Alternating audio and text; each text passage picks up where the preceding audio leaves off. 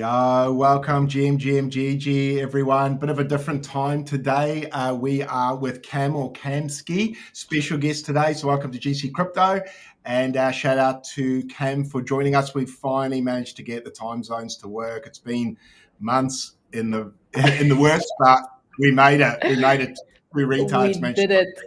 How are We you, did Cam? it. I'm good. I'm good. And the same thing. I'm happy we made it work. Yeah, indeed. Like it's been months, but it doesn't matter. Like the point is just we're gonna do Good things it. take And time, right?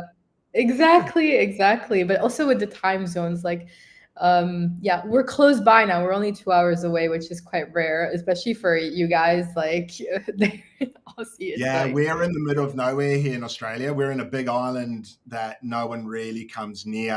I know a few of the guys. I think Luca's in Asia at the moment, so it's probably as close as Luca's got to Australia, I'd say. So I've been teasing him, trying to get him to come here. But yeah, we're our time zones are horrendous for other people, especially for Europe, which is actually, I think that's where you sort of hang out a little bit of the time, isn't it? Yeah, I European try time. to, yeah, exactly. So I try to, when I stream, I try to do it like morning US, evening, sort of like Europe. So to kind of capture people. I've tried like also like in the mornings. I've had some streams in the morning, but it's like chat is dead. It's like they're all asleep. I just Yeah, it's way more fun when people come and hang out.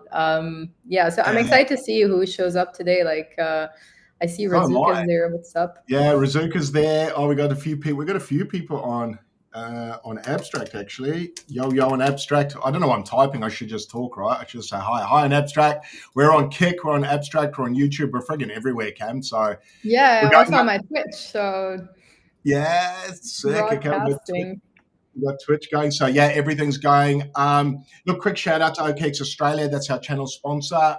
Quick shout out to you guys. Thank you very much for your support, keeping the lights on.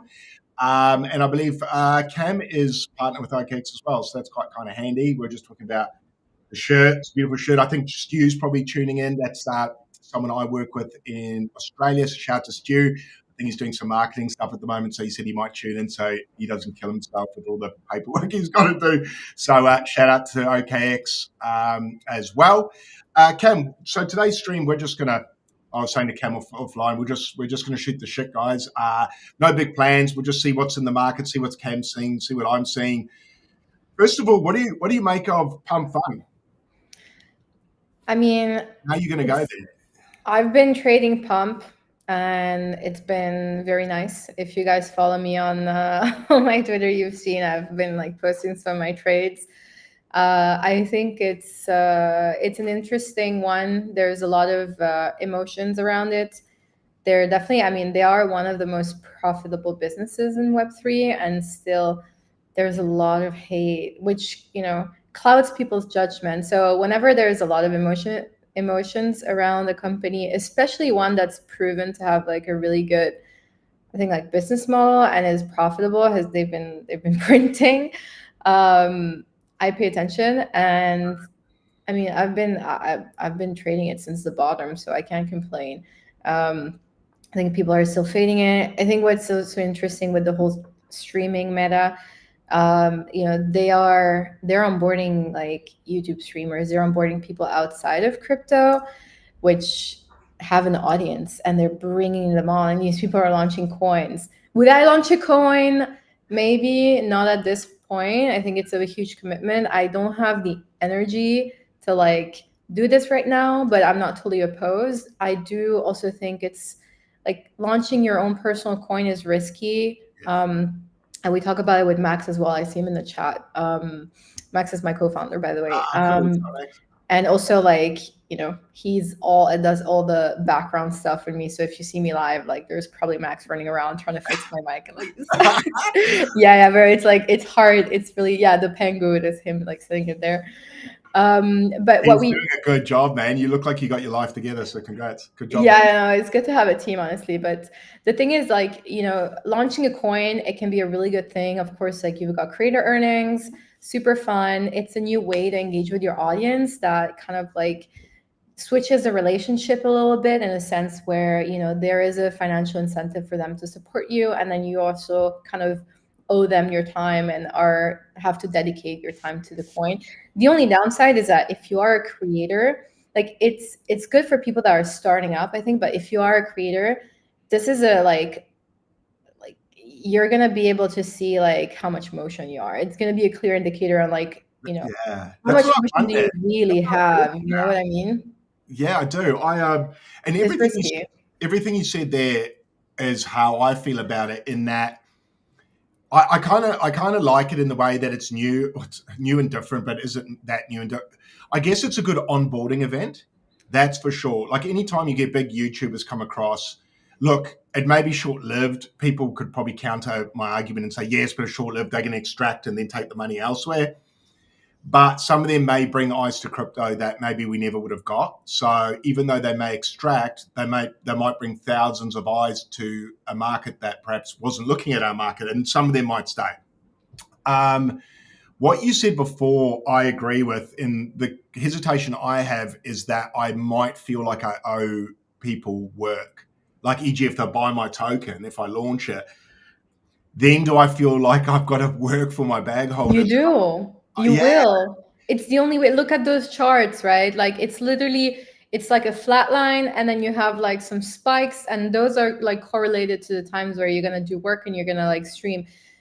Launching a token requires a lot of energy. Like you have to keep the momentum going. It's not an easy thing. You need to keep the attention, energy high.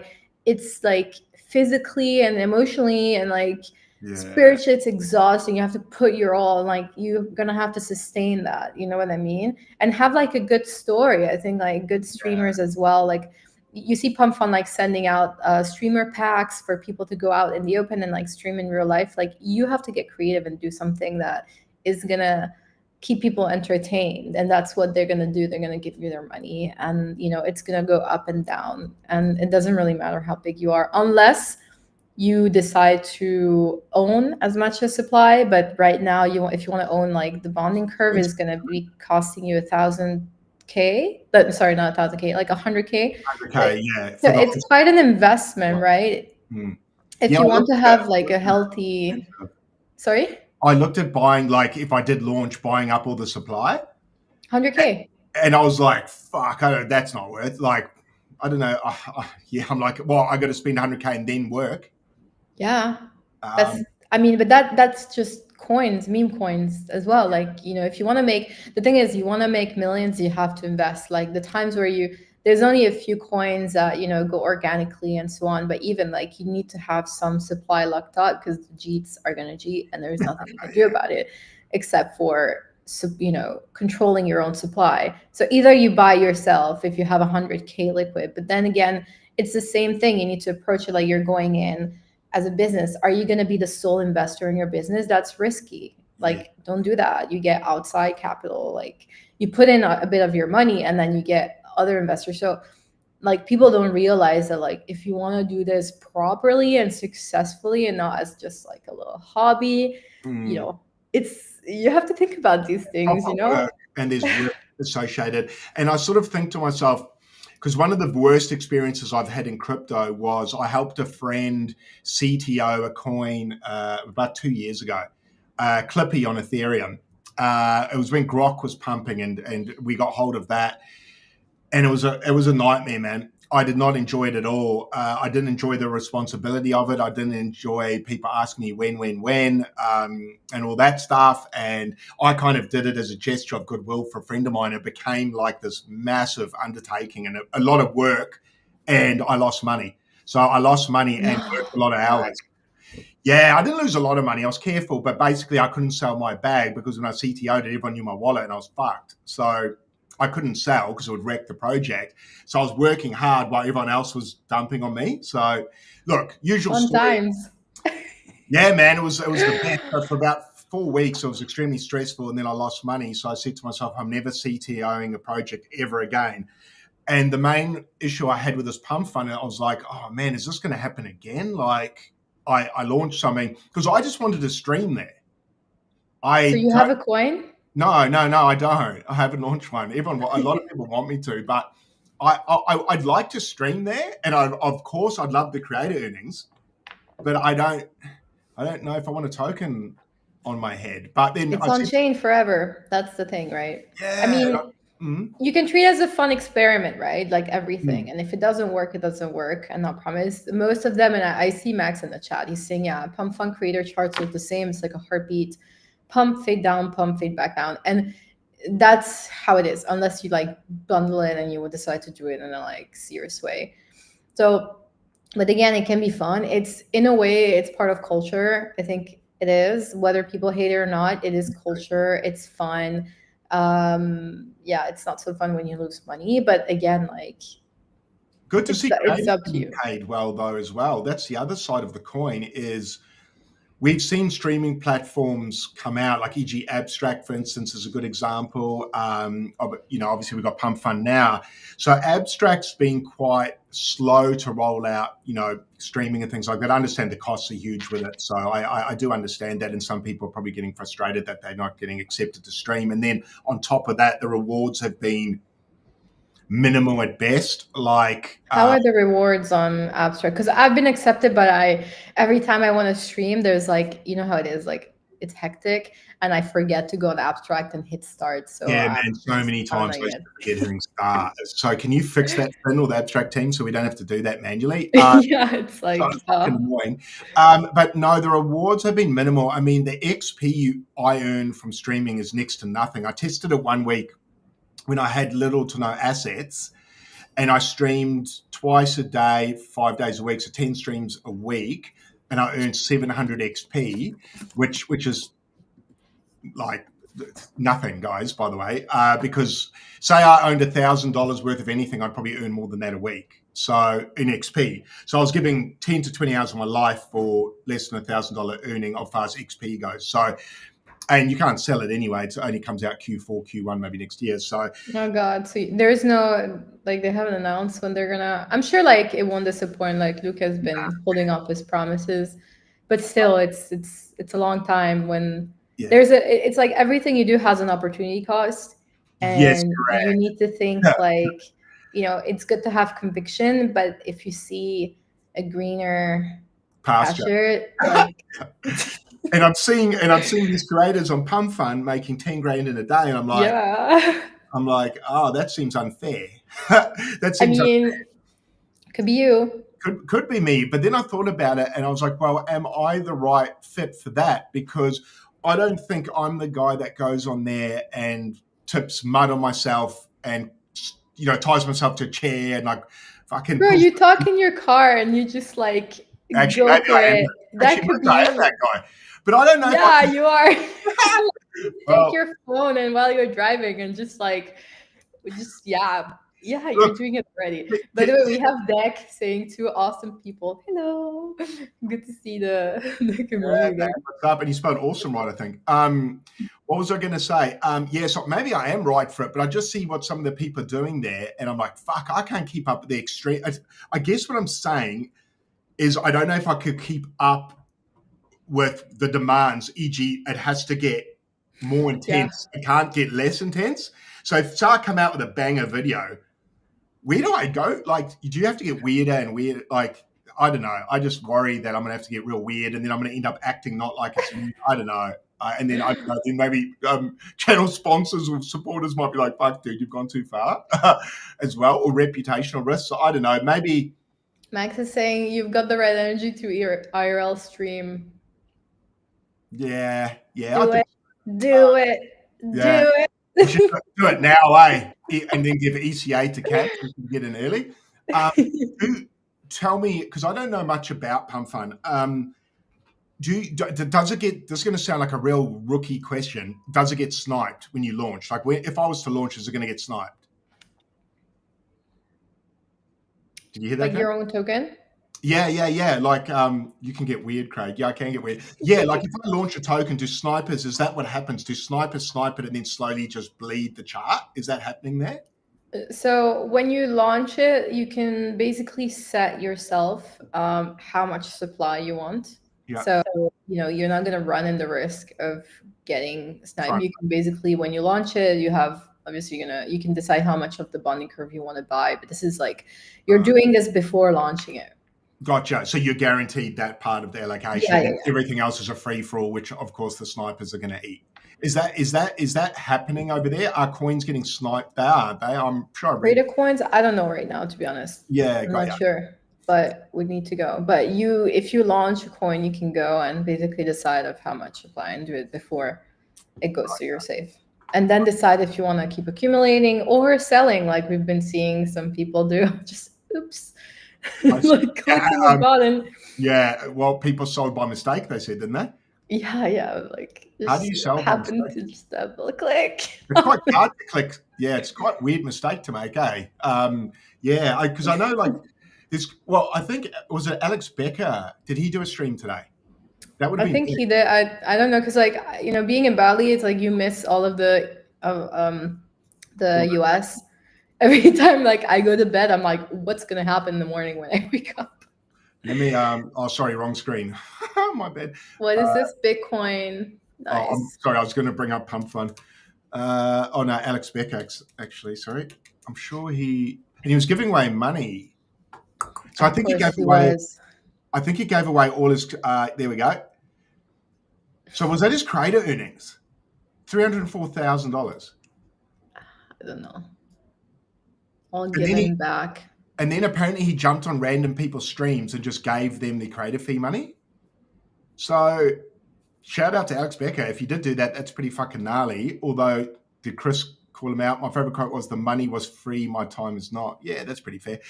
So yeah, I mean, that's an example of a pretty big YouTuber. Alex Becker's got a pretty big following. I used to follow him in 21. Shout out Alex Becker for wrecking me a couple of times. But yeah, he launched, and in 2.5 hours, he made $304,000 that he gave away. So, I mean, is that a bad thing? I don't think that's bad. I think that's great. Like, he gave away a whole bunch of money to people that are also streaming. I just think that's cool. Makes me wonder, Cam. Makes me wonder. Are we gonna stream on Pump Fun next? Yeah, it's like, do it. Yeah. I would see you do it. I would totally see it. I've been asking people what I should call the coin. I've had a few good names. I've had so this is in the making. This is not a fresh idea. This is you've been thinking about it. No, I've been thinking about it since it started. But another one people like was CCP, but that could also be Chinese Communist Party. So that might not be the greatest name. But I could probably ham that up a bit, right? That could be a meme in itself. I could be me with a Chinese hat on, but I don't know if people like that. So I've got to kind of think. Another one was Shui, because I did a Shui on stream and Bitcoin hit all-time high. But then I'm like, fuck, am I going to have to do a Shui every day on stream and be Trump? No. So Craig. Yeah. So, that's like the gods 2022 vibes or whatever. It's like, yeah. My God. Actually, while I've got you here, Cam, I wonder if I can bring up my Shui I did. Oh God. This is fucking brilliant. I spilled a lot of beer. So can you see that? Hang on, where is it? No, I can't see it yet. Oh, fuck. Go with fucking puppets. Yeah, go the puppet. There I am. Bang. There's the Shui.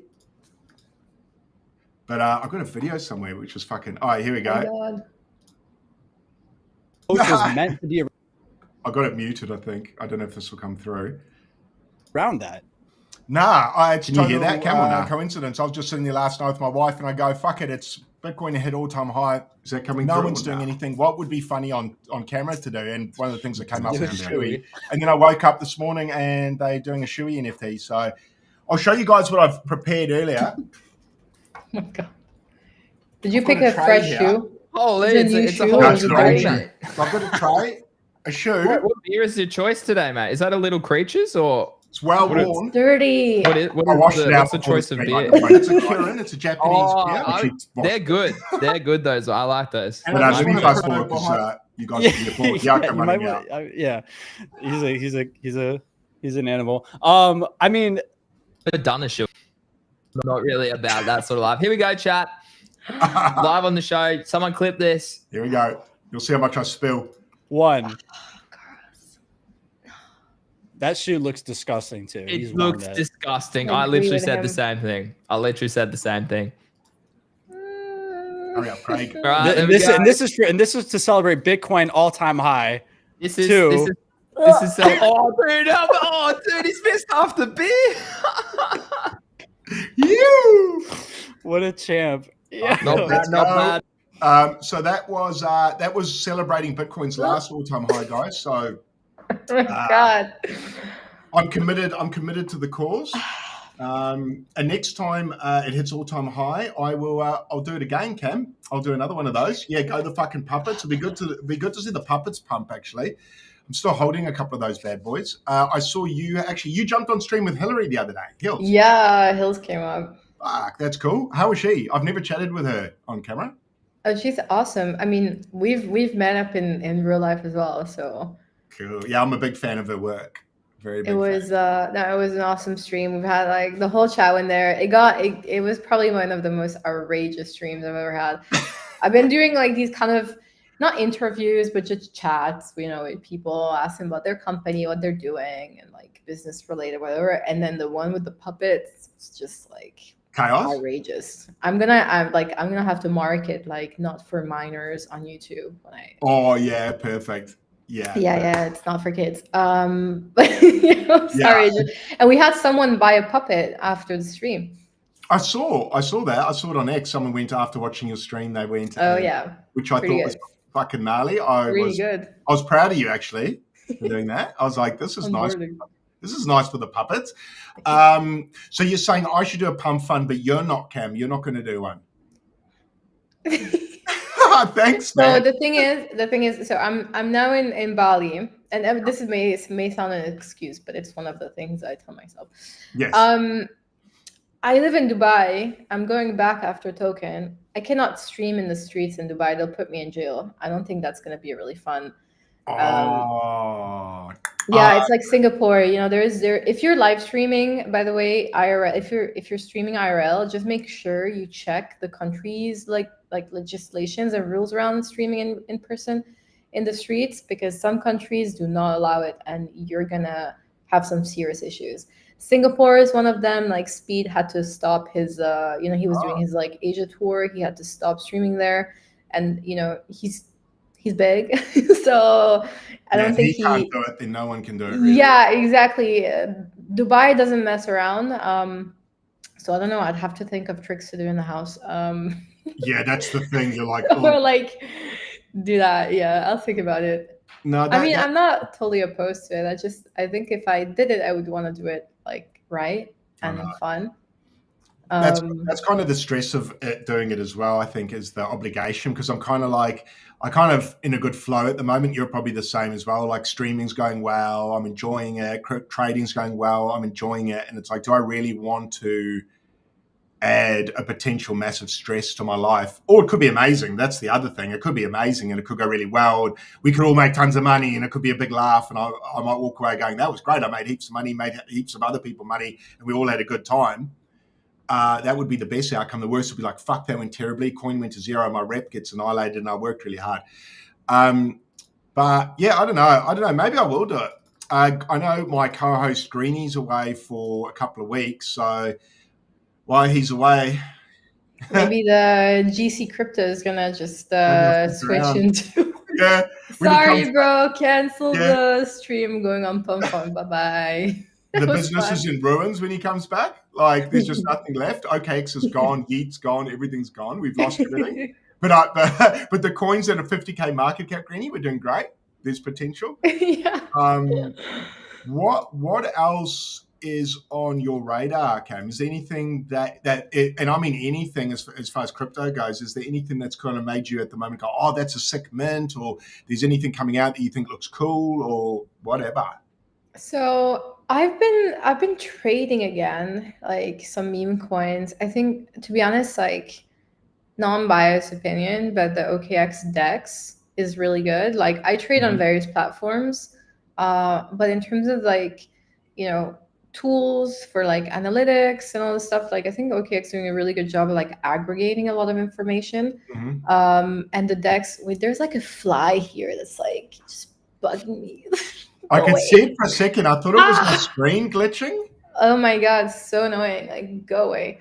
So I've been looking at meme coins again. Of course, like it's been okay, but like just trading alts, honestly.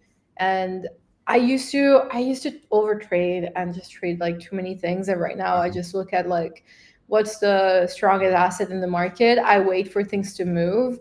I don't really like trading sideways or scalping. It's just not really my thing anymore, but I just wait for like moves, or I wait for momentum, or I see that pump, for example, is doing something, or I'm not going to say undervalued, but like there's a bit of a disparage between like what people are saying about it and the potential of it. And so about the bottom, I'm just trading that. Been trading Avalanche, just some other alts, and then like maybe that's not necessarily what's going to pump next week, but the thing is you want to make sure that when things move, you're in the stronger asset class, because that's what's going to like pump the most.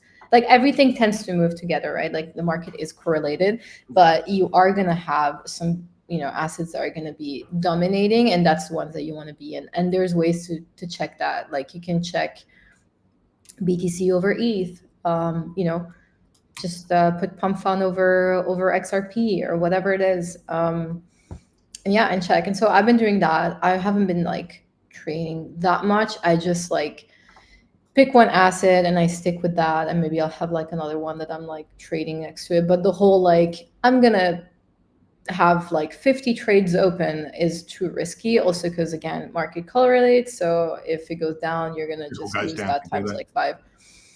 A bit more boring, not as exciting, but profitable. Yeah. So I'm similar, especially with Bitcoin doing that, like just going sideways, chopping. So obviously hit all-time high, pulled back, and now it's just chopping. People get frustrated. People start over-rotating and things like that. So I agree with you. I'm like on stream sometimes, and Greeny speaks to me and he's like, oh, what are you trading at the moment? It's a similar answer to you. I try not overtrade. So in the past, when I first came into crypto in 21, I was definitely guilty of overtrading. I had just about every altcoin you can imagine. It's such a rookie mistake. I feel like it's like it's a noob mistake. You're overexcited, so you want to collect the Pokemon, FOMO. It's like so exciting, and you just want to catch everything and stuff. And I feel like once you mature and you get a bit older and stuff, like you start become more monogamous. Wise. One thing. Yeah, you just become a little bit more wise, and then you settle for like a few, and you're like, I'm not gonna FOMO, and there's always going to be a next trade, and you'll make more by just either hodling or just sticking with one. Sticking and with not going sometimes is good and too. Zooming out, like in a bull market, like the wicks are insane. So make sure that first of all you use a stop loss, but second that like I'm not going to go and trade these like tiny breaks. Like I'm not doing that anymore, just because I don't want to be in front of my computer again. I want to have a life. So just put a big stop, like enough with the tight stops. You'll survive longer, and it's going to be more profitable. That's just more boring, less exciting. Scalping's not really my thing anymore. I'm just not really good at scalping, honestly. I think it's important to work out when you're a trader. One of the main things to work out quite quickly, if you can, is what you're good at. Or which does take time, because you've got to have losses to work out what you're good at, unfortunately. But once you work out what you're good at, I think dial in on that and just become an expert in that particular thing, whatever it might be. So for me, it ended up being Bitcoin, just getting a really good understanding of it as far as charts go. And that's why this bull run I've done quite well, because I just decided to dial in on Bitcoin predominantly and then trade alts as metas swapped. So swapping from, instead of being heavy in Ethereum this bull run, I was heavy in Sol early, and luckily enough I was, because obviously that gigacent versus Ethereum, which did fuck all. And then also I rode the Bitcoin ordinals pump. That was great. Fuck, that was good. I'd love that to come back. So shout out to ordinals. But I don't know. Right now it's tough, huh? Now it's real bad. It's tough, but that was a great time to stack sats for those who are around in sort of 23. Great time to increase your Bitcoin bag, which was good. Now it's sort of like a fight between Bitcoin, Sol, and ETH a touch, and then there's Hype. Are you into Hype, Cam? Yeah, I trade on Hype. Yeah, I haven't been trading on it yet, but I see a lot of people getting wins there. Where's the fucking chart? I'm blind. Deck is asking if either one of us does leverage trade and mostly spot. For me, it's both, so it depends, right? Like, if you have a big, everything depends on the size of your portfolio. Yeah. So, like if you have, let's say, 6 figures in spot and you just manage your spot position, like the 5% move is going to make quite a significant change, right? So you might want to like have some capital in spot. Leverage trading, at the end, you're just playing with a bigger size. Like, people forget what leverage trading is. You're basically borrowing.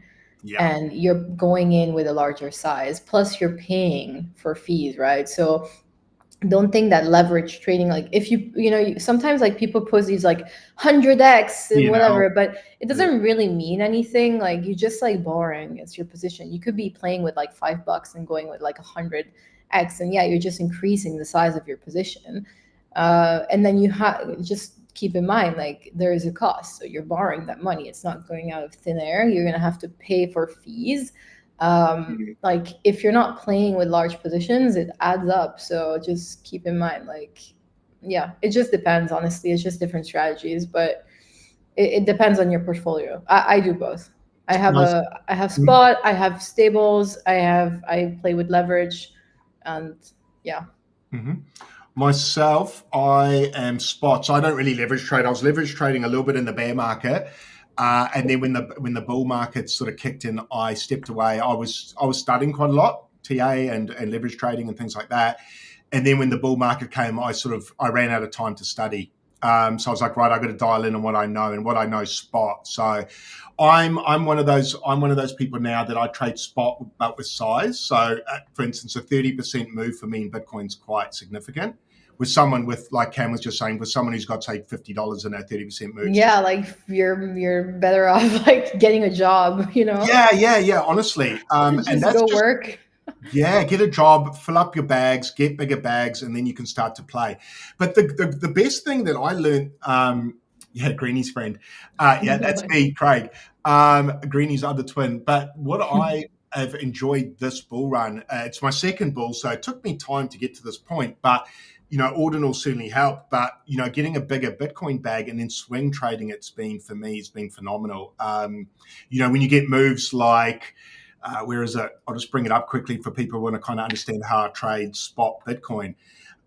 So for instance, I was buying the absolute shit out of the bottom of this range, like aggressively buying 5 figures each tap here. Then you get a move from 53 up to 110. That's a 2x. I sell pretty much. Well, I might sell 30% of my bag. And then wait for the pullback, boof, and a pulled back. What was that pullback? That's about a 40% pullback. Rebought the bottom of that range, sold back up there, bought there, sold there, bought there. So I keep it pretty simple, but I go with size, and I'm aggressive with taking profit. So I remember, say, for instance, when I sold this local high here at 111,000, that's when I did the shoey, I think. I had a lot of people when I said I'm selling some Bitcoin here, like, oh my God, you're an idiot. But they say that every all-time high. Everyone, in fact, that's how I can temperature gauge the market, where we are in a bull market. I find it semi-accurate, is the more I get sell shamed, the closer to the top we are normally. So the heavier the insults, the more people tell me I'm an idiot, the more people say this time it's different, the more people that say there's no bear market, the more people that say the real estate market can't go down, the more I take profit, because I disagree with a lot of those statements. I don't think there won't be a bear market. I think there will be, yada, yada. I'll get into that rant later. But that's kind of just to answer how I kind of how I trade spot. So that's what I was sort of saying to Cam before. I got really comfortable with Bitcoin and the way Cam might be able to agree with me on this one. Once you trade certain coins long enough, you kind of get a feel for it, as weird as that. They have their own their personality. Yeah, they do. And you get to know their personality. So it's weird. They move in a certain way. Yeah, it was sort of another thing. News. Another way you could say it is like, it's like a dance, however you dance, however you want to say it, but like you learn the flow. It's really weird for someone who's listening to this, who's new to trading. I must sound mental. Like, that must sound so stupid. And I remember listening to that when I got into crypto. There was guys doing TA who said stuff like that. I was like, fuck, that's weird. But certainly you do get quite, if you dial in, like, so for me, I just focused on Bitcoin, got to know it really well. And that way I could kind of not predict moves, but semi-predict as accurately as I could, just based on some of the data and what I was seeing and feeling and seeing on the timeline and the TA and all those things put together. And then worked my way through Solana and all those things. But certainly getting to know Bitcoin better was a good thing, because as Cam alluded to before, Bitcoin kind of dictates what the rest of it will do anyway. So if you get to know Bitcoin really well, you get to kind of predict how the market's going to move, and you're kind of a first mover as well. And that's what I like. Because in 21, I had heaps of altcoins. The problem was I found I was always having to wait for other things to pump for them to pump, right? Whereas being in Bitcoin, I'm the one who gets to sell now, and then I buy into breakouts and other coins. So I'm part of the flow over into the buckets below. And I kind of like being the one that's kind of ahead of the curve, if that makes sense. In other words, I'm not waiting for the market. Well, I'm kind of waiting for it to come to me, but I move with it. So I'm kind of flowing like down in the buckets. That was a really bad way to describe that, but that's kind of the way I sort of trade. Someone's asking here. Yeah, from YouTube. Are you connected to YouTube as well, or is it coming from mine account? I am on YouTube, but I don't have a big following there, so I'll be surprised if there's many questions. François, are you connecting from Kamsky or Craig? Let us know. But it's a really good question. What's the answer to that? Okay. I mean, so the answer is try to trade liquid. And again, like, you're not going to go into a meme coin with like size, the same way that you would do with a liquid altcoin that has market makers where there is a market. There's no way to, manage slippage unless you're going to spread out. You can DCA. Yeah. But then again, when you're going into like really low liquidity altcoins or meme coins, these things move fast. So you might not necessarily have time to like DCA as much. Although there are some tools where you can do it, like you can set basically an amount that you go in, but it's really hard to manage. I would say, like, if you're really set on buying a certain coin, DCA, do it slowly. If you're trading that on an exchange and you see the chart is choppy, look at the order book. Like, you need to look at where there's a wall that's going to be able to absorb your, what you're selling into, basically. So it's a little tricky. Again, there's so many coins. Maybe go find something that's more liquid. And instead of struggling with that, you know what I mean? Like, I was going to say, do yourself a favor. There's such a variety of flavors out there that unless you really think it's like red hot and you have to have it, maybe wait for another opportunity that has an easier exit and entry. But be careful, you're gonna get sandwiched, or if you go in with too much size, like the point is also not to move the market so much. Like, you want to be invisible in a sense. Yeah, correct. You don't want to stand out. Exactly. You don't want to necessarily stand out. So just do it, like, I would say DCA, and then just make sure that you look at, if you're on DEXs, just on Sexes, just look at the order book. But it's painful. Like, your slippage is it's a bummer. Painful. That's one of the things at the moment that's hurting abstract meme coins, is the liquidity for them is really low. So massive swings, massive slippage, hard to get out. It creates a few issues. So that's why you'll see quite big market dumps in those coins. Just the liquidity is so low. It's a bit of an issue. I don't know how they're going to fix it. Liquidity pools, I guess. Hey, what's that, sorry? More liquidity pools. Yeah, I think over time that I don't think I'm pretty sure it'll happen. It's a maturity thing, and I'm kind of just being careful with memes at the moment. I'm actually not trading memes a heck of a lot. I think I like to trade when it's easy mode. And that's one of the biggest things I learned from, I don't know if you know who this is. This is an old name, or semi-old, Nifty Wap. Do you know who that is, Cam? No. Okay, that's the guy that got into Pepe when it was under $200,000 market cap. So made a shitload of money on meme coins. And one of the main things he said to me was the best traders know when to step away from the table. And that kind of resonated with me, or stuck with me in a way, just about thinking like a casino. And you've got to know, well, I guess the classic song, hold 'em or fold 'em, but also when to walk away from the table and stop playing. Because sometimes the games get really fucking hard and sometimes they get really easy. So you want to play when it's easy. And what easy mode for me was Solana in 23. Like, that was just fucking easy. Memes were popping off. Ethereum memes were easy as well. You had Pepe, you had Mog, you had Joe, you was Kekek. There was heaps. There were so many good ones that you could just ride. And they rode slowly. Ethereum coins used to move quite slowly, and then Solana came along and hyper accelerated the speed of charts. And then you just had pump and dumps. And unfortunately, then you had trading tools come in. So you had bots come in and things like that. And once bots came in and automation came in, it made the edge I had much less, certainly via TA and things like that. So I've kind of stepped away from the meme coin casino for quite a while now. The only meme coins I got into was the abstract ones, and that was just to earn XP really for a bigger drop in Q4. So I love meme coins. I'm a little bit different. Yeah, I'm farming, I guess you call it. But yeah, I don't think at the moment it's a great time for memes. Although the creator ones, maybe there's probably good opportunities there, but I'm definitely not the one to speak about them because I haven't been trading them. Who's this? Don't even know who that is. Yeah, that must be one of your fans, Cam. no, thank you.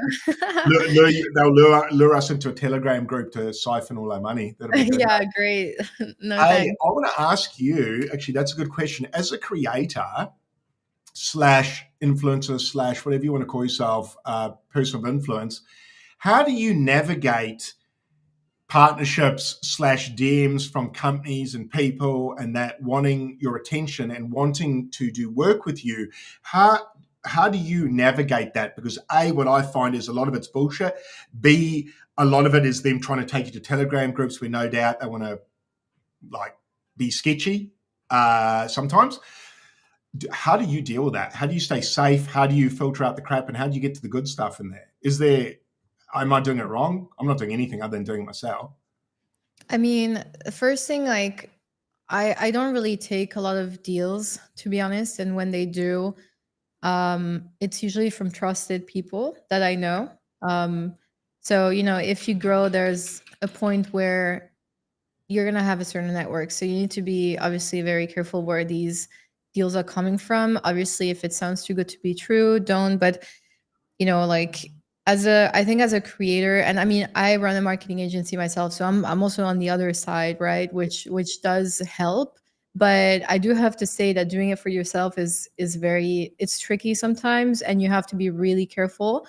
And it's not a matter of like sketchy projects. Like, you're gonna also have like big companies, and this happened to me recently. I won't make names, but like, you have to be careful and read those contracts, because some of them will send you some pretty like one-sided, aggressive and predatory ones that, if you think like, wow, this is such a cool project, they're so big, and you don't really actually think on the long term, you're going to risk in putting yourself in a situation where you sign something that ultimately is going to tie you up and lock up your brand, which, Like is a long-term thing, right? Sorry? Like exclusivity, if they're trying to get you to sign exclusivity for them? Yeah, exclusivity, or like some terms are a bit like gray and not very fair. Like, there's a lot of things like you cannot expect. If you're going in as a creator, you do not expect for the other part to have your best interests at heart. Most of the time, they're gonna try to like get squeeze you out, not pay you, try to like lure you into some collaboration kind of deal where, oh yeah, it's for your own exposure, you're gonna grow just because you're affiliated with us.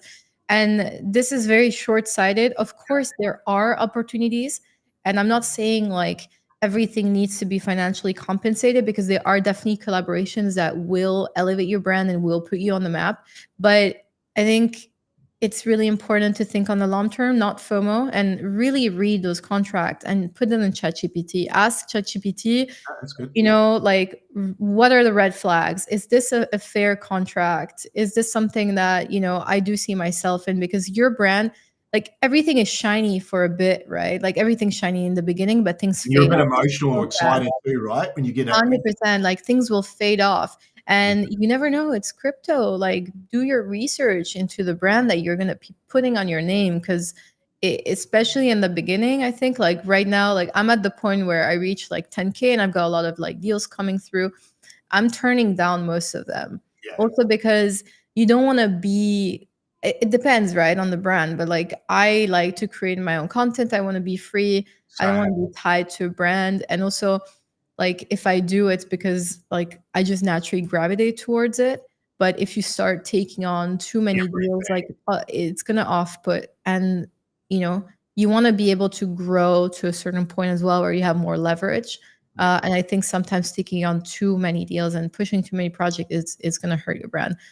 It will devalue your own self in some ways. So it's a balance. But the main thing, if you're a creator and you're starting up, like, yeah, just make sure that you read those contracts, if there's any, that you protect yourself, and that you speak to other KOLs. Like, make sure you have a network, right? Like, ask questions like, does this feel right to you?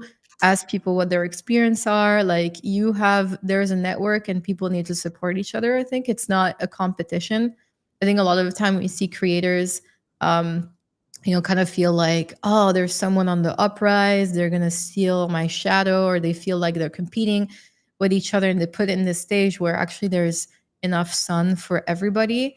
You just need to, the best way to grow is to collaborate. And that's also something that, a lot of people maybe don't do, and they're a bit too individualistic on that. But I 100% believe in like collaborating, supporting each other, growing together. It's the best way to go further. And also in a safe way. Like, you make sure that you protect yourself, because these contracts are legally binding. There's your name on there. It's not a joke. And you don't know what's going to happen in like a year. You know what I mean? So it's obviously give and take. You can earn a lot, but just make sure that you know what you're doing. And I see Kuya in the chat. What's up? I love to see the puppets here. Yeah, Kuya's the man. Bitcoin puppet extraordinaire. Good to see the puppet PFP back on him, actually. That's good. That one looks good with the sock on there. No, I agree with you as well. Like, be careful with the brands you take on board. And as well, I guess, realize that probably 99% of those companies or brands are probably gone in the bear. So if you do affiliate with them, just understand that they could fall over very easily at any point, and you might be left answering the questions for that company who's no longer there, doesn't give a fuck. No one knows their name, but they know your name. You know what I mean? I'm me. My brand's me. Your brand's you as this person. You're not something else. You're not an alt or something. So I don't get to just like, and you don't either. We don't get to just go, oh, well, never mind. Sorry, guys. Like, people attach you with, say, I don't know, just like what happened with Thread Guy. You get caught up in stuff and you can get tainted quite easily. And, he's bounced back, and that's great. He's great for his live streams and all that. But you can see how easy it is to even accidentally get affiliated with certain people or projects. And then you might have to put out an apology video next thing you know, saying, oh, fuck, sorry, guys. Like, sorry, I rugged all of you. But that's a chat I don't really ever want to have with people. And I don't think the money's worth fucking having that chat, man. I think, like what you said as well, I think it's a good point in that I think creators need to probably work together more. And I've never had I've never come across too many creators that I've noticed want to steal the limelight too much or anything like that. But certainly you do sometimes. And it makes me laugh quite a lot when they are like that, because I'm like, fuck, you must have been the kid at the candy store not wanting to share any of your candy with anyone, eh? It's like, fuck, man. And like you said, I think there's enough money to go around. And you don't need to be greedy. And the other thing is you can grow together. You're going to grow. Look at all the more successful, look at like the bigger streamers out there, not in crypto. Like, no one got there by themselves. Like, look at FaZe Clan. They're all together. Everyone's streaming together. They're supporting each other. Like, this is the way. This is the way to grow. That's why we have creator houses going up. That's why, by yourself, like, you can only get so far, right? If you want to get in there. Yeah. And also it's good to have like-minded people around you, like you were saying, that a support network, I guess, is a better way to put it. E.g., if you get a DM from a brand or whatever, you can reach out to some of your buddies or whatever and say, hey guys, like, if any of you dealt with this company before. Always double check. I literally had a situation last night. Last night, a friend just DM and be like, "Hey, have you heard of this company? Like, have you double check? What's like, how are they? Are they legit? All this stuff." And then you do some DD and you realize altogether. It's tricky at some point because obviously once you sign a contract, there's some kind of I wouldn't say it's an NDA, but there's definitely like some confidentiality clause that you need to honor. But definitely do that like research before and talk to people, at least that you can trust, right? Agreed. And at least like the people reaching out to you, you can actually just pop their name in the search bar on X and just see what comes up under their name. And quite often, if you just put their name and put like scam or something, if they are a scammer, you'll see. I didn't know this, but an artist that I know in the space put me onto that, and they were like, just search the person's name and write scam, and you'd be surprised how many it actually brings up with the word scam with certain people, and you go, motherfucker, I knew that guy was sketchy. The other good thing to, I guess, to check is, friends of yours that follow the person. If there's a shitload of your buddies that follow that person, more likely they're okay. If it's someone coming along, like my favorite is when I get a DM from someone who say like 10,000 followers and we've got no mutuals. Yeah, I'm like, it's fake. If you're in crypto and we have no mutuals, that's impossible at this stage of the game with me. Like you just can't not have mutuals. So that's always a big red flag for me. And then if you go to their page on X, if it's just reshares, rather than them actually making content, they're just resharing other people's stuff. So in other words, their account's more like a shell. There's nothing about them. It's not their thoughts. They share other people's thoughts. That's normally for me another red flag. That's things that I can think of. Hello, Bruno and Abstract. Hello, my man. Anything else in the market, Cam, that's getting you going at the moment? Anything else exciting you? Because it's the time in the market where probably everyone's getting a little bit bored, I reckon. Because there's nothing really fucking giga pumping apart from pump. I mean, I've been trading pump, so I can't complain. Same. I've had a good time. I got in pre-sale, so I was a happy boy. I should have been. Oh, sick. Yeah, I bought pre-sale and I held it all through that dump, man. Nice. Yeah, it's one of those times you get it right. Feels good when you get it right. Doesn't always go like that, chat. So don't worry. I could brag, but it doesn't always go like that. But it was, for me, pump. I mean, I'm going to say this now and I can puff my chest up and be like, it was so fucking obvious. Yeah, of course. Am I into Pokemon cards, Max? I'm not. My son is, though. My son is into Pokemon. He's also into One Piece and stuff like that. So I used to play Pokemon. What was I playing? Pokemon Red when I was. Yes. Yeah. How old is your son? My son's 9. He turned 9 about a week ago. Oh, yeah. That's the time. That's gonna get fun. Yeah. He's sick, dude. He's into all that. Like he's into like all the cool anime now, and like he's getting into that stuff where I can watch with him. Well, I've always been able to watch with him, but the stuff that I actually go, yeah, fucking cool. Like I want to watch it now. So Mario and video Demon Slayer. Does he watch Demon Slayer? Not yet. I've just been deciding which ones of the anime are kind of like appropriate. I haven't watched Demon Slayer. Yeah, it's because they're quite violent, but like. Yeah, and him being 9 years old, he can. I'm not a super strict parent, but it's kind of like. You got to understand their little innocent brains can't handle. Yeah, no, it's a bit too early. There's a lot of there's time for that, right? Yeah, it's too early, honestly. Like too much blood. It's very violent. Like I think it's better at 9 years old to think of traumatizing. Honestly, it's to a watch beautiful rosy place. I think at their age, just and yeah. And I think we might maybe, but I don't know much. Is Demon Slayer good? It's super good. I love it. I just watched the movie like this week. So yeah, I'm gonna have to. I need to watch it.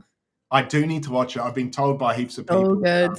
It's like they had a movie come out during the pandemic. It was the second highest or first highest grossing anime ever, and this one that just came out, Infinity Castle, also just made it to the top. I think like 3 highest grossing anime movies ever. Gotcha. Right next to like Spirited Away from Ghibli. Yeah, that was sick. Yeah, I liked it. I watched that when it came out. That was cool. Yeah. I like that. No, I like anime. I just I had to I didn't have to stop watching it, but when I had a kid, I just stopped playing video games. I stopped watching a lot of that stuff. There's no time. There's no fucking time. Now you can start again. yeah, and that's what's really cool. That's what's really cool now about my son being a little bit older is now I can do those things again. So we're playing video games together, Call of Duty. Oh, that's so cute. Yeah. He's playing Call of Duty and you don't let him watch. yeah, he doesn't mind a 360 no scope. He's like shooting people, shooting them in the head or shanking them or whatever. Yeah, I know. So no, he's not super protected. Yeah. Call of Duty's, he's getting used to the controller. I think for small hands, like for kids, it's hard to get used to the controller on it. On the Game Boy was easier.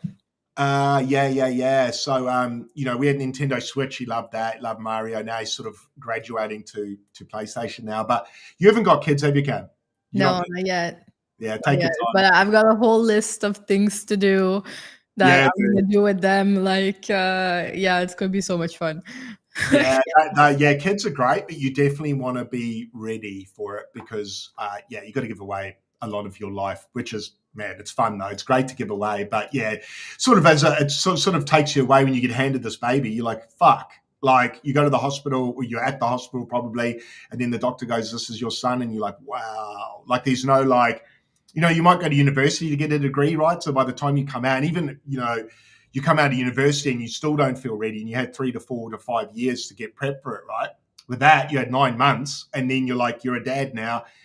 You're responsible. You're responsible for a life. You're like, shit. It's quite heavy, so get ready for that. Yeah, I'm gonna be a mom, so I'll have like 9 months to like get ready and have this little human grow inside. Yeah, I think for mums, it's a little bit different in that way that you kind of the changes are happening to you. So like it's apparent every day that you are pregnant. It's not like saying I didn't notice my wife is pregnant, but it's like you don't go through the hormonal changes. Like there's none of that. I think the women have it more in a way. It's a lot more real guys than for us. Like for us, it's you're pregnant, then your wife or your partner gets a big belly and it's super cute and all that, and then bang, there's a baby. It's a life, right? And it's screaming at you. Like they just scream. So it's not like they come into the world and give you a hug and say, "I love you, Dad." They come out screaming. Have you ever met like any friends that have kids that told them like when they had their kid they were ready? I don't think anyone's like ready for. No. I don't think there is a ready. I don't think there's a ready. No, there's no ready. I wasn't actually ready, but you learn on the job. Yeah, that's what everybody says. And then it's a sleep deprivation as well. So the hardest part is the lack of sleep because obviously you and your partner can get quite cranky at each other with no sleep. So you're trying not to get divorced. You're trying to keep a kid alive. You're trying to keep your wife alive. And you're like, oh my God, you're trying to go to work. You're like, fuck, like it's full on. But fast forward 9 years and now it's pretty easy actually. That's fun.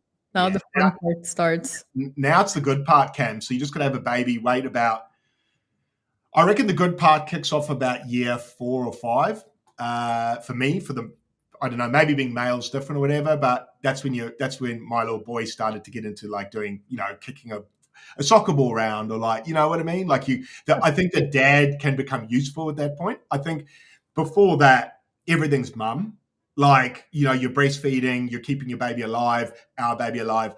Dad really is in the way. Like dad's like cleaning and like trying to keep the mum alive basically. So dad's kind of like a spare wheel for a little bit in a real weird way. You're not, but you kind of can feel like it a little bit because it's mum and baby first and foremost. Yeah, I hear that. A lot of dads feel like dads can fall apart there. And just for the guys out there, like there was 8 of my friends, we all fell pregnant at the same time. Not well, you can say we, I guess, but we all had babies at the same time.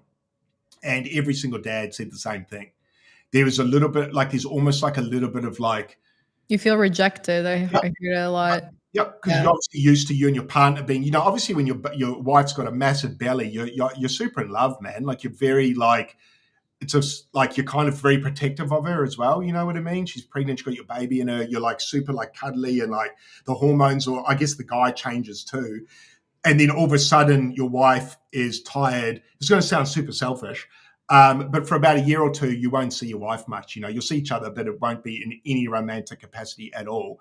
Maybe not even much hugging. So like for the guy, you're kind of like, fuck, like you kind of take the back. Yeah. So look, the guy will feel neglected. It's like a thing. Yeah. And that's why I think a lot of guys cheat in the first couple of years as well. Oh my God, no. Yeah. There's a lot of stories. About half my friends fell off. So lessons in that. Luckily, I didn't, but certainly take care of each other, guys. That's a bit of an ominous sign, but just love each other, Cam. Just love each other. Do people know where you are, Cam? Am I allowed to say what country you're in? Yeah, I'm in Bali right now. Okay, cool. You're in Bali, huh? Yes. And you said till the end of the month? End of the month, so 29th, and then token 2049 in Singapore for the madness. I need to start like signing up to stuff because it's insane the number of events that they're gonna be at. And then back to Dubai, home. Yeah. Are you excited for token? It's kind of the same. Oh yeah, are you coming, by the way? No, I'm not. No, I'm not. I'm not nearly prepped enough for it. I can't. I just actually can't. I don't think my life will handle it. The wheels will fall off the wagon if I go. So I just can't leave just yet. But I think next year I will. Maybe next year, but no, I'm not this year. But that would be the one I go to because Singapore's not too far away. So you're kind of close. It's still is it still 8 hours though? Or is it 10 or something? But whatever, that's doable. It's better than the States, which is like 24. So I would do it, but I also understand from going to a few things like that now, it's a lot of energy. And yeah, a lot of energy. I'm excited, but I'm also dreading it. Yeah. I'm dreading it. I'm a bit of a funny one. I'm an extrovert, but I need my alone time, where I just like charge up my battery and then I'm loud like this, but there are times where I'm very quiet. So I go from like hyper to quiet. And then, so for me, events like that are quite draining, emotionally and everything, because I give a lot. You're probably the same. I talk to everyone. I give it my whole, I am me. So I'm tired by the end of the fucking day. Then it's the drinks and going out. It's like, fuck. So, and I love a good time, as everybody knows. So it makes it quite a challenge for someone like me to like balance work and lifestyle. So, it's tricky when I'm off the rails, Craig. Yeah. So it's tricky for me. But I will probably be I'll probably be in Sydney for the Australian Crypto Convention this year. In fact, I think I'm going with OKX, I think. So look out for me there if you go. I think I'm going to be there. I'm going to double check that, but I think I'm going. I went to that last year. That was a lot of fun, but that was like my first IRL event. And it was really good, but really weird. Like there were moments when it was amazing. And then there's moments where I was looking around going, fuck, I don't know anyone. Because it was kind of weird. So there was moments of like loneliness in a way, but it's different now because, fast forward a year, I've been streaming now a lot longer. So people know my face, but it was even weird last time walking around and then people coming up going, oh, hey, Craig. And you don't know who they are. Which happened, I went to an OKX event in Brisbane. Greenie and I spoke there. That was wild, man. I had this young dude come up to me. This couple of guys, shout out, he might be watching now. He's a good dude. Just a young guy, but 20-year-old. He's like, Craig, come here. You're the fucking man. I want to get a photo with you and all this stuff. And I'm not used to that.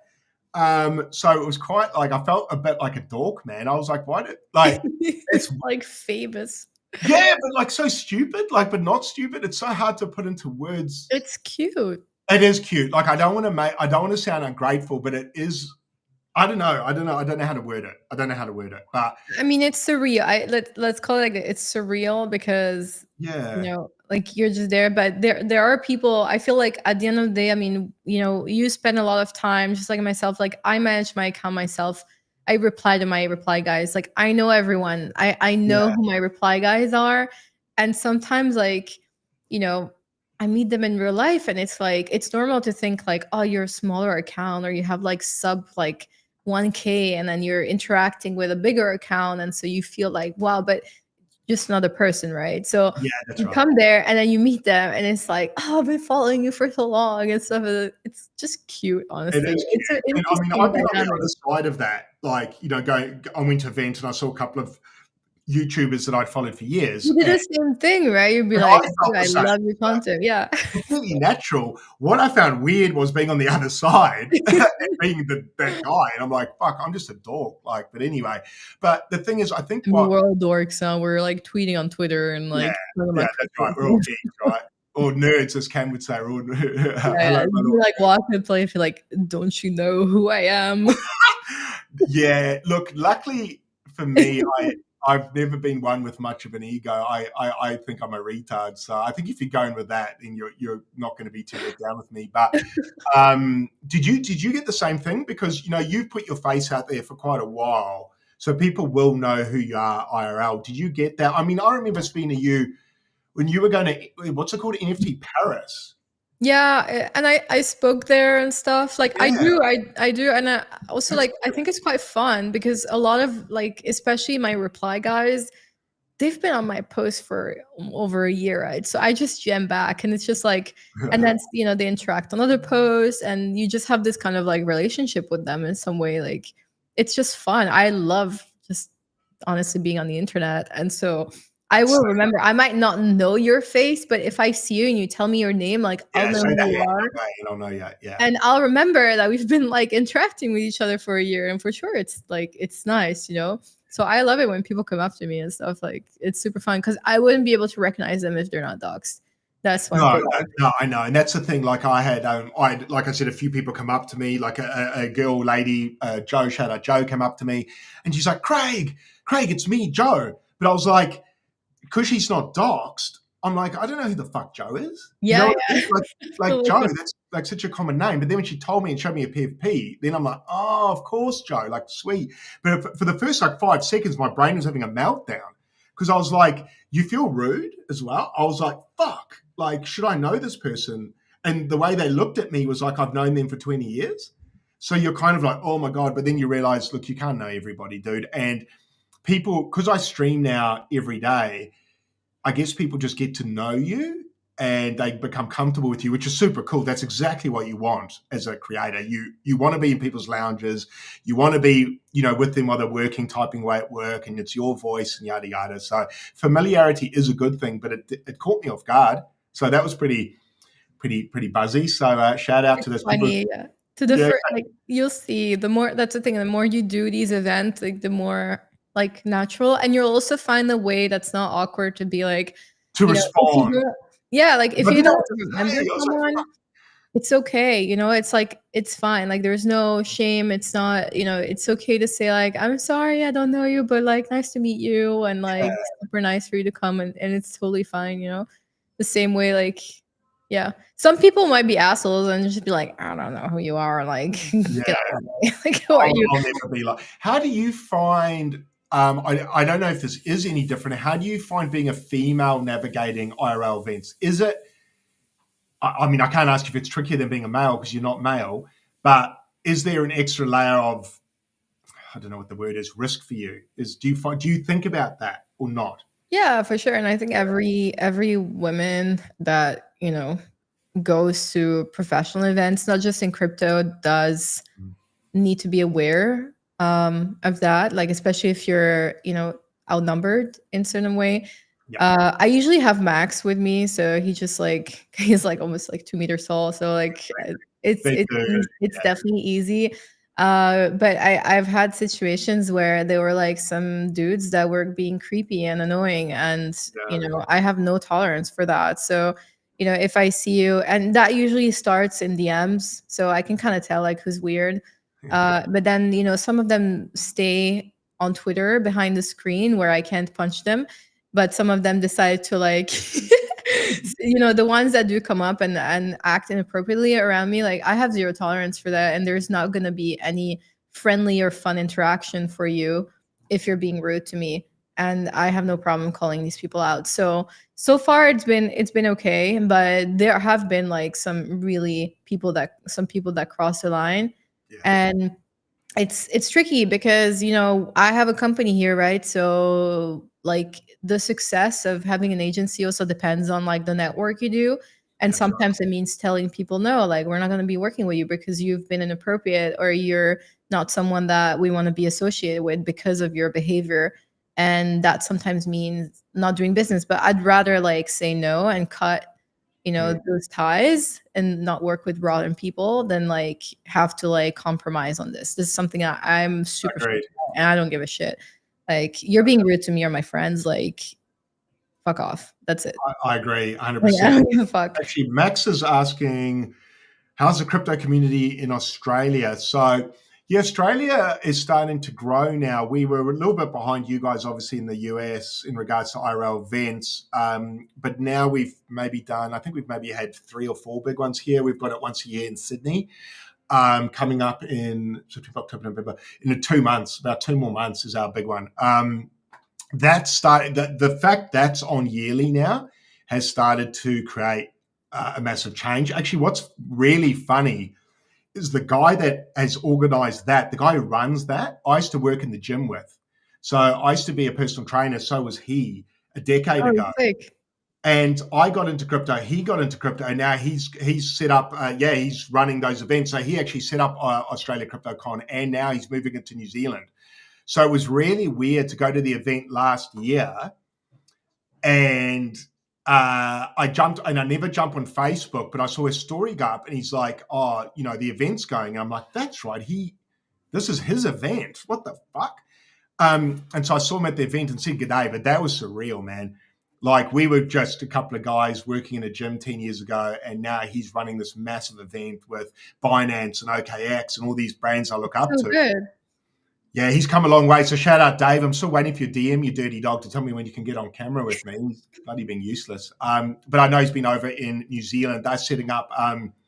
They're going to be running the first New Zealand convention there now. So he's taken the success of Australia, taking it to New Zealand. So he's doing a lot of work in the background. So all of us should be cheering that on, because that's just going to get more eyes worldwide. And, if price is going to go up, we need people. We need more people, Cameron. We need all your friends, your family. I need your nearest and dearest signed up, your mum and dad. Are your mum and dad in crypto? Are they in crypto? My dad isn't. My mother bought with me back in 2017 when I did make a lot of money on Bitcoin. Did she? Wow. Yeah. Way before me. Fuck. Yeah. Now, like, the funny thing is that, so when I got in crypto, that was like, it was 2017. It was early 2017. And I was like obsessed with that. I was like, this is going to change the world. Oh my God. And you have to, and the technology, and it's like the next big thing and whatnot. And then she bought as well, with like way more size than I did, because I came out of college, right? So I was just out of university back then. Or no, I was still in university. But like, she followed my crazy madness that came from like a friend as well. So, and back then, yeah, like Max is saying, it was all about ideology. So it was the same way that like you would hear an activist talk about veganism or like climate change. It was so passionate, and I think I was definitely one of those people that was like super passionate about it. So she bought. Yeah. I think she sold a top or something of that year. Yeah. Did super well. I just hollowed through. And then I think along the years, like, bought and sold. She's definitely a really good trader. Just buys, and then when it goes up, it's like, oh, it went up, time to sell. Okay, bye. No emotions, eh? Just like, don't know what this is. It's just going up and down. I'm gonna like just process driven, maybe. Yeah. But then lately, I don't know. I don't know if they've been I've been telling all my family, like, they make fun of me. There's been jokes at weddings and stuff as well, like in speeches. Stop making fun of you when it's all-time high though for a little bit, don't they? The jokes go away for a little bit in the bull. Even at all-time high, like this time, like they don't care. I'm slowly getting now like DMs from people asking me about like XRP or what do you think about XRP and Bitcoin. Facebook, I get messages on Facebook. That's when I know when normies are coming, because I'll get Facebook. Yeah, but it's good. Yes, I love it. A little temperature gauge. And they always bring up XRP, which marketing is just so good to get them, and Bitcoin and XRP, and so I guess Solana to a certain degree, but XRP and Bitcoin are the ones I hear a lot from. Yeah, and then with XRP, sometimes, like, if you look on TikTok, XLM is linked. Well, it's the same founder, so I used to have a lot of XOM and XRP. I was all about the 589 prophecy and the ISO coins. Yeah, man, I was all about the ISO 22, whatever it was. And I went down that rabbit hole when I got in 21. I was like you, obviously in 2017. I got in. Hole to be in. Yeah, I got in and I was like, same as you. I was like, this is going to change the world. Like VeChain's going to be the consumer chain for like consumables in China. The technology is fantastic. I was all about fundamentals and ideology as well. So it was fundamentals and ideology, but very little chart. And then I soon realized that chart action is more important than fundamentals, really. Fundamentals are great, but they don't mean fuck all when the price is down, do they? And so I came in with this, like, probably the same spirit you had, where I was like championing this new, because I'm old enough, I'm 40, so I'm old enough to remember what 2008 looked like to a certain degree when everything fell down. Obviously, I was young and I didn't hurt from it, but I remember understanding that the banks got a bailout. And I remember feeling frustrated about that. I remember saying to my dad, who was an accountant, why do other companies just go under, but banks get propped up like this if they companies? And I know there's a lot to this conversation, but basically, I guess when I found crypto, I was kind of like, yeah, fuck the banks. That was like my protest to the world, was to get behind Bitcoin. And so I came in guns blazing. And if anyone manages to find my Instagram, you'll see in 2021, I'm like a bloody activist on there. I look back at my stories. Everybody was. That was so I was embarrassed. I went back because I haven't been on Instagram for a couple of years, and I went back to it the other week just to go. And I was like, I had so many DMs, I didn't even read them because they'll be weird. But long story short, I could see all my old stories, a lot of my old stories. I was like, what the fuck was I saying? Because I was like putting up P&Ls, like I'm up $4,000 today. And I remember thinking, fuck, I wish I could tell myself to sell then. Because this was at the top of 21. So I was boasting and bragging and all that. And then the bear market came and I got very humbled very quickly. But I think that's how most people will probably be in their first cycle. I don't know if yours went like that, but mine certainly, I came in Feb 21, everything. Look, I'll bring up the Bitcoin chart, guys. And I'm going to show you. Yeah. Let me show you what Craig, how much longer do you have, Cam? We can keep going. I'm free for the next hour. Yeah, my son's come home, so I can chat maybe another 15 just to give us a little time. Yeah, sounds good. But we'll definitely stream again, guys. So don't worry. I've got a lot of people in Abstract saying, "Great chat to have, great to have you on, Cam." So the fans are liking you, Cam. Thank you. I love you guys too. And for the Abstract people, look at my Pengu. I set up the green light as well. Yeah, dude. I should go get it. Let me go get the penguin. Yeah, you go grab that.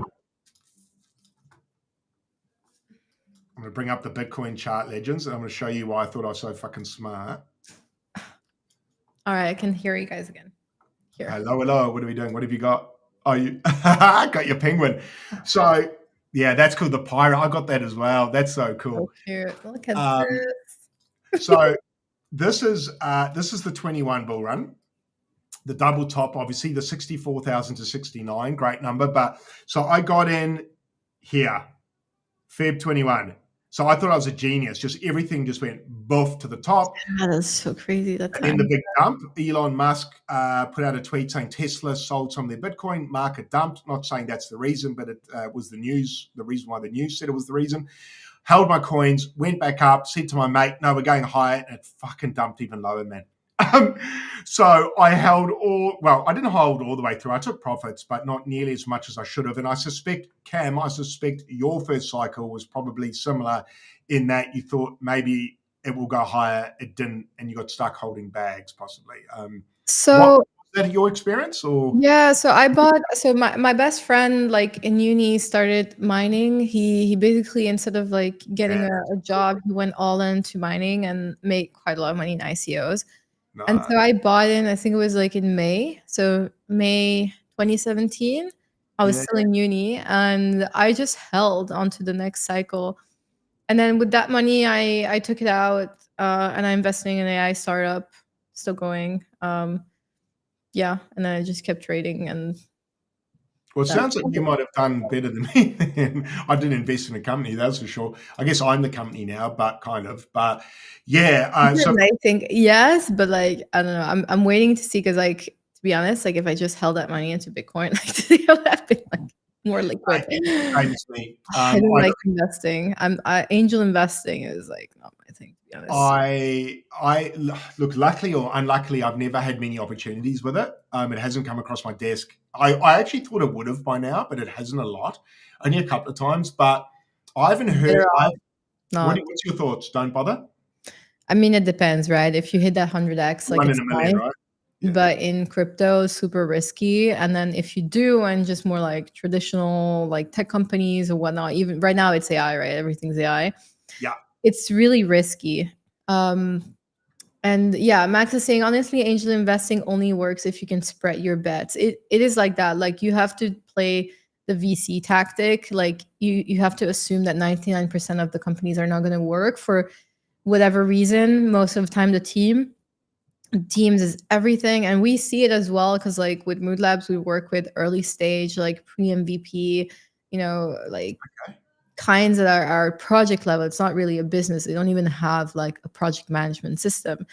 And a lot of the time, why projects fail, it's usually down to the team or poor execution, not so much the vision, because like you can have a good idea, like 100 people can have a good idea, but it's not necessarily the one that has like a slightly better idea that's going to make it is the one that's going to manage to make it happen and bring it from 0 to 1. And that goes down to the team dynamics, like relationships, like so much happens, right? So you're betting on people when you're investing. Yeah. And yeah, I think like successfully angel investing, you have to do many, and like you're better off doing 100 of them and hope one of them does the 1000x. Yeah, exactly.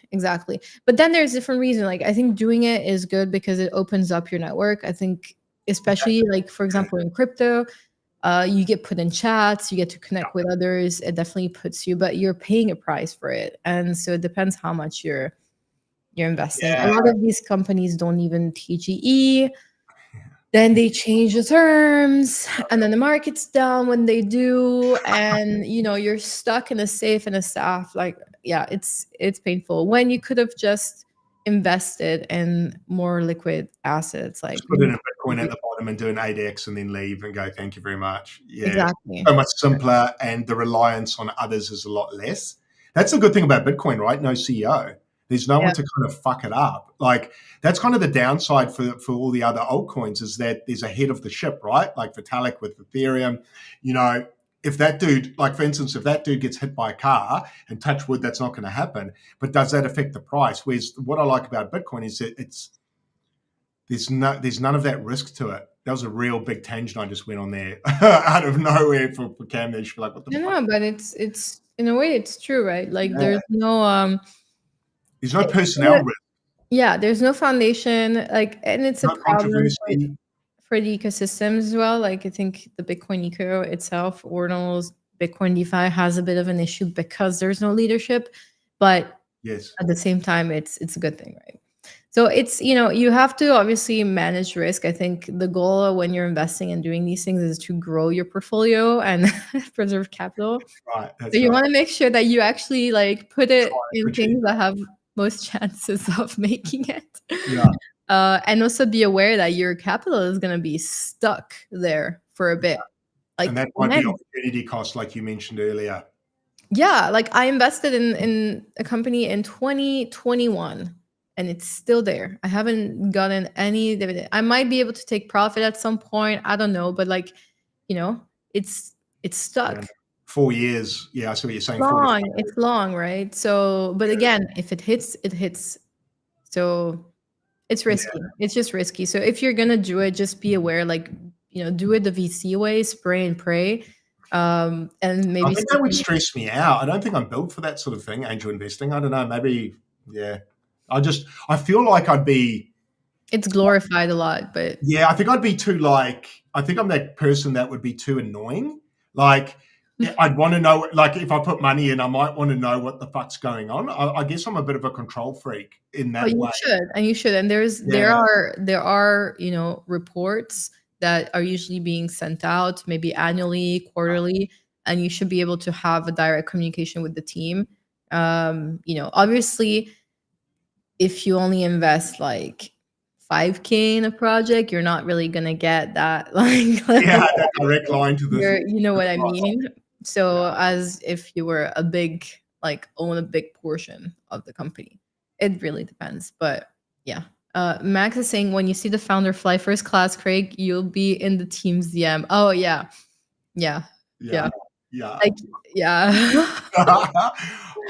Yeah, man. All of these projects I'm are waiting just there fly to found their first class. lifestyle. Okay, Stu, if you're still listening with OKX, if you can just get me first class to Singapore, that'd be great, Stu. I'd love to head over there. Singapore. You've been to Singapore before, Cam? Only the airport, so never. It'll be my first time. Oh, Singapore's awesome, man. Singapore's, yeah, I enjoy it. I think it's better than Dubai. It's just different, I suppose. But so the reason why everyone's been to Singapore, Dubai, if you're in Australia, is it's the halfway point to everywhere else. So every Australian's been through Dubai or Singapore. But Singapore's sick, man. It's awesome, easy to get around, safe. That looks cool, huh? I can't make it sit there. It can be hot though, man. Although this time of year, are they summer? Are they like us now? Is it spring? Yeah, it's gonna be humid and hot. It's gonna be humid. Yeah, it's gonna be hot. But pretty cool, pretty cheap, pretty fun, pretty safe-ish. I think you have a good time. I think you have a very good time there. I might. We might wrap it up, Cam, and then I'll go say hello to my little fella.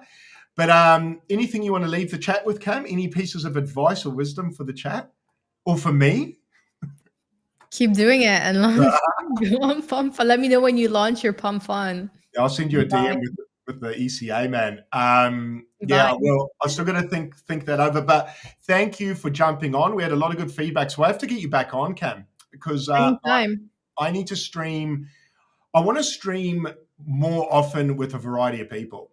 I think it's important not to just like pigeonhole yourself into just streaming with the same person or at the same time every day, because obviously you jump on different times, you get different people, and also I think talking to other people just gets you to.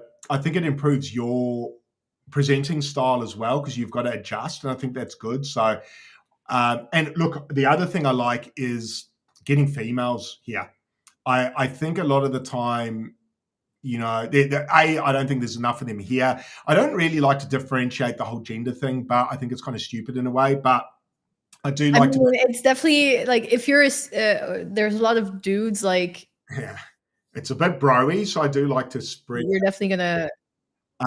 Yeah. But I do like to. I think it's good to have. I guess what I'm trying to say about females is you guys bring a different energy. You guys just are different on camera, and it makes me have to adjust. And I kind of like that. It was very much like that when I got Crypto Wendy on. Obviously very strong, dominant female, and you're like, whoa, okay, I'm gonna have to. Yeah, she's an OG. Yeah, man, she's proper fucking good, right? She's smart. She knows the market, and you can't fuck her. Streaming for so many, like people talk about, yeah, like stream, but there's people that have been streaming for years, and Wendy's one of them. Yeah, and that's the reason I wanted to get her on, because she's an OG, so I wanted to give her that, like, we're not worthy moment as well. Yeah. And I just 40. Yeah, no. And I just wanted, and look, a strong woman in crypto, I just think is a good role model as well. And also yourself, I think you as well, Cam, you conduct yourself well online. I'm not going to call out other females, but I just think you do. You put good information out there. That's what I'll say. You're not thirst trapping or anything like that. I'm not saying that's a bad thing necessarily. I just think you're a good role model. If I had a daughter, I would prefer her following you than I would. Oh, thank you. Following some of the other girls, right? So that's my take on that. But look, we'll definitely get you back. So you're in Bali for a couple more weeks. So maybe we might even try connect again next week if you're up for that. Yeah, for sure. I'm down. I'm gonna be. So I'm actually going to the Gillies. And I'm not gonna take that. That's like some small islands. Yeah, on Friday, and then I'm gonna be back on Tuesday. I'm taking my laptop, but I'm probably not taking my camera. So after, let's say, like I'll be back on Tuesday. So Give you a couple of days Wednesday- to get over your hangover and all that. yeah, it's just to chill a bit. And I'll be working from there, but like I'm not taking my camera. But from I think like Wednesday on, we can run it back again and down. Yeah. All right, well, we'll do that. Well, look, thanks for your run. Look, thanks for Cam for jumping on with me. Would have been a bit lonely talking by myself. And once again, big shout out to OKX, channel partner and sponsor. Big shout out to you guys. OKX, we love you. If I can go, and Cam did say she needs one of these black shirts, guys. So us like this would actually fit girls quite well because it's pretty tight, man, on me. So I'm like, I don't even know if this is a woman's top. I don't know, but it fits pretty snug. But I like that. But shout out to you guys at OKX, great platform. Again, shout out to Cam for jumping on with me. And once again, shout out to the viewers. Without you guys, Cam and I would have no one to talk to. It'd be fucking boring. So thank you for jumping on. Cam, I will see you. Chat. Hey, Cam, as well. Have fun at the full moon parties. Let your hair down, and and I will see you next week. Big love. Bye. See you, Cam.